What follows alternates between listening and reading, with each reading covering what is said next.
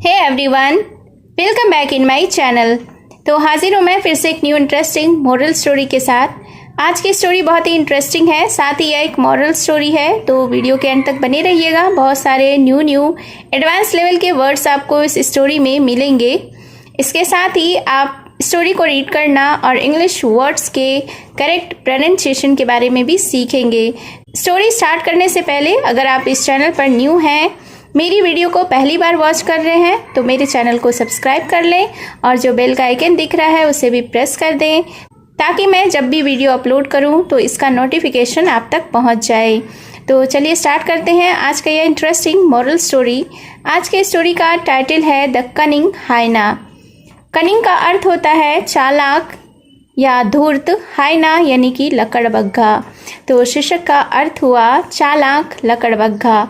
So let's begin the story. A hungry hyena stood under a dove's nest and demanded, "You had better give me one of your chicks or I shall fly up and eat all of you." तो सबसे पहले sentence के vocabularies को देख लेते हैं। Hungry का अर्थ होता है भूखा, हाइना यानी कि लकड़बग्घा, स्टूड यानी कि खड़ा था, स्टैंड का अर्थ होता है खड़ा रहना, स्टूड V2 है तो खड़ा था, अंडर यानी कि नीचे, डव्स, डव का अर्थ होता है कबूतर, डव्स यानी कबूतर का, नेस्ट का अर्थ होता है घोंसला, डिमांडेड यानी कि मांग की, गिव का अर्थ होता है देना, मी मतलब कि मुझे, योर यानी कि तुम्हारा, चिक्स यानी कि चूजे यानी बच्चा, फ्लाई, फ्लाई का अर्थ होता है उड़ना, ईट यानी कि खाना। तो इस सेंटेंस के अर्थ को देख लेते हैं। A hungry hyena stood under a dove's nest and demanded, यानी कि एक भूखा लकड़बग्घा कबूतर के घोंसले के नीचे खड़ा था और मांग कर रहा था। You had better give me one of your chicks, कि बेहतर होगा कि तुम मुझे अपना एक चूजा दे दो, और I shall fly up and eat all of you, वरना मैं उड़कर तुम सबको खा जाऊंगा। The poor dove was scared. Poor यानी कि दुखी या बेचारा या लाचार, स्केयर्ड यानी डरा हुआ। तो the poor dove was scared यानी कि बेचारी कबूतर डरी हुई थी। इस स्टोरी से यह पता चलता है कि जो कबूतर डव था वह फीमेल थी, इसलिए यहाँ पे कबूतरी होगा।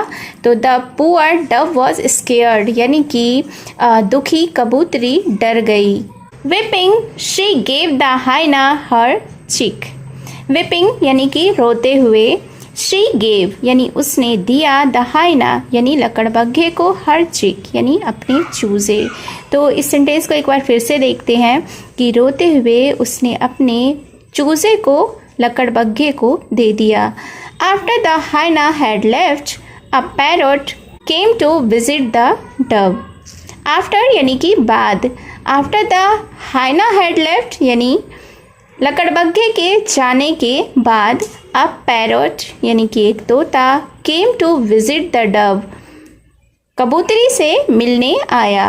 द डव क्राइड, अब कबूतरी रोई।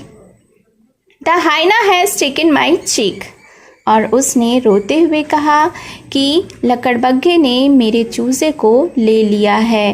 He said that he would fly up and eat all of us, और उसने कहा कि वह उड़कर हम सबको खा जाएगा।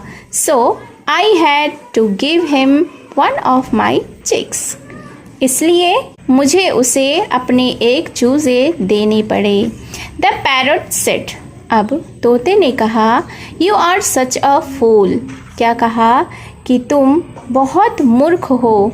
फूल का अर्थ होता है मूर्ख। Don't you know that hyena can not fly.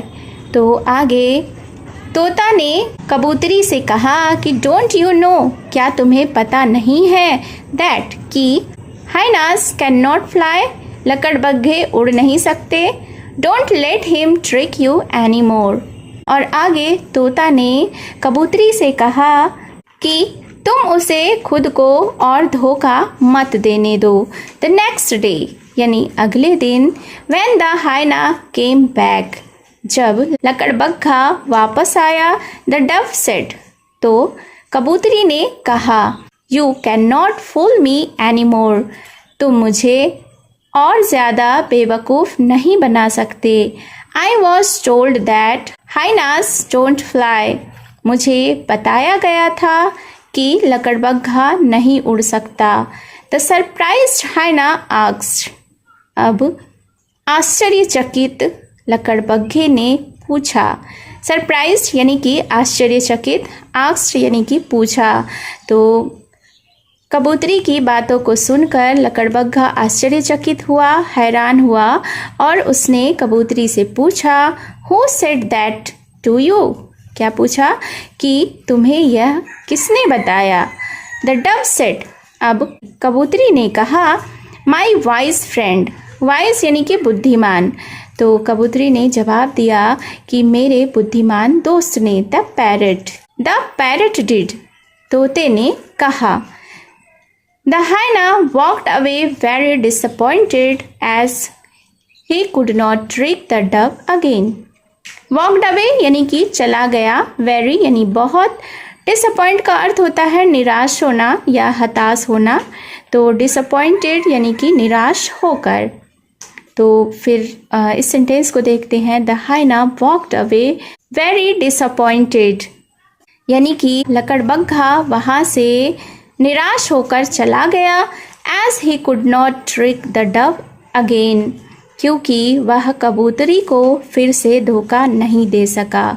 Moral of the story is never lie to anyone and take no advantage of him. Never का अर्थ होता है कभी नहीं, लाई यानी कि झूठ, एनीवन यानी किसी, टेक का अर्थ होता है लेना, एडवांटेज यानी कि फ़ायदा। इस स्टोरी का यह नीति है कि कभी किसी से झूठ ना बोलें, and take no advantage of him, और उसका फ़ायदा ना उठाएं। So it was the short interesting moral story. I hope you have enjoyed the story. और उम्मीद है आपने बहुत सारे न्यू वर्ड्स भी इस स्टोरी में सीखे होंगे। तो कमेंट बॉक्स में ज़रूर बताएं कि आपको यह स्टोरी कैसी लगी। और अगर आपने अभी तक मेरे चैनल को सब्सक्राइब नहीं किया है तो जल्दी से सब्सक्राइब कर लें और बेल का आइकन भी हिट कर दें। और अगर आप मुझे फेसबुक पर वॉच कर रहे हैं तो फॉलो कर लें। तो मिलती हूँ मैं फिर से एक न्यू इंटरेस्टिंग मोरल स्टोरी के साथ। Thank you for watching.